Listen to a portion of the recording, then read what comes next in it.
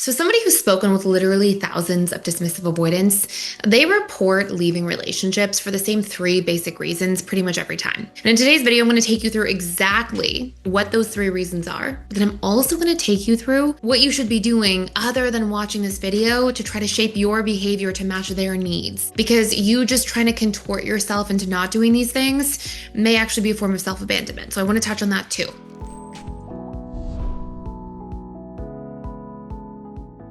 So here are the first three reasons, and then I'll tell you that part, and then we'll go into what you can do besides try to modify who you are to please them, because that doesn't actually break this pattern in the relationship long term. So here's the first thing, and this is going to be really surprising to you. They report leaving people or ending relationships when people are too agreeable. And this is usually in those earlier stages of dating. If somebody is always just doing things on their time, doing what they want, saying yes to everything, liking all the same things the dismissive avoidant likes, disliking all the things they don't like, dismissive avoidants will always say things like, I don't really know who this person is. I feel like they're just sort of a mirror of me, or I can't really tell who's behind that mask, that facade. I feel like there's somebody there, but I don't really know who they are. And dismissive avoidants actually tend to get disinterested with people who never ever challenge them. Now, the way we challenge somebody is important. And I'm going to tell you on each of these 3 points what you want to make sure you're doing differently, okay? Instead of people pleasing, one of the most important things you're going to do is figure out who you are so that you can honor your needs in a relationship. This actually makes relationships with dismissive avoidance work better. But how you do this is important.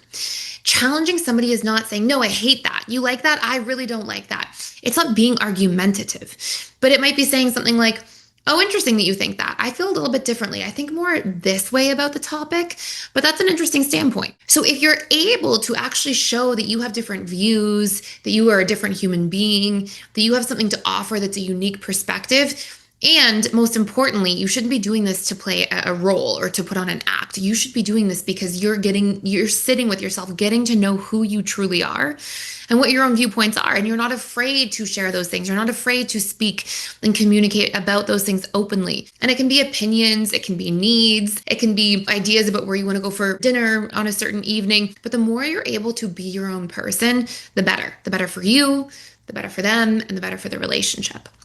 Number 2, dismissive avoidants report leaving relationships where they feel like they are always criticized. Now, here's a really important piece on point number 2 of 3. If you're being highly critical in a relationship or even low-level criticism, but consistently in a relationship, chances are, again, there's something you can do for yourself that will then in turn help the relationship, which is that you can practice communicating your needs more proactively.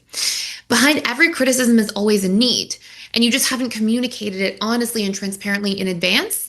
So then it builds and bubbles up as criticism and frustration, and it comes out in a negative way. For example, the difference between saying something like, you don't text me enough, you don't call enough, do you even care about this relationship? Versus saying something like, hey, I really value consistency in a relationship. Can we try to do an evening check-in for 15 minutes before bed? If you are able to say what you do want and what your needs are instead of what's not happening, dismissive avoidants are actually a lot of the time more open to listening and participating in the relationship and trying to show up for your needs.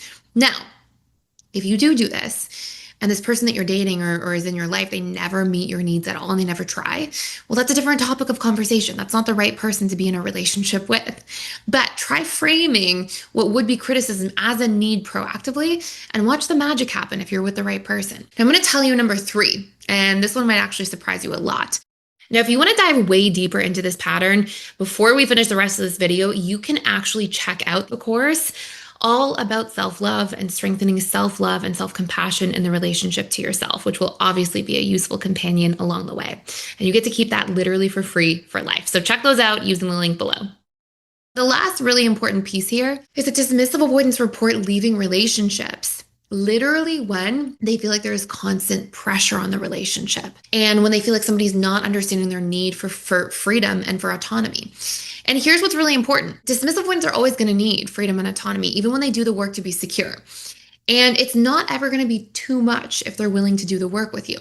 And sometimes we think that if you're somebody who needs more time with somebody, and there's somebody who needs more space or freedom, that those coincide. But we just have to park room for each of those things.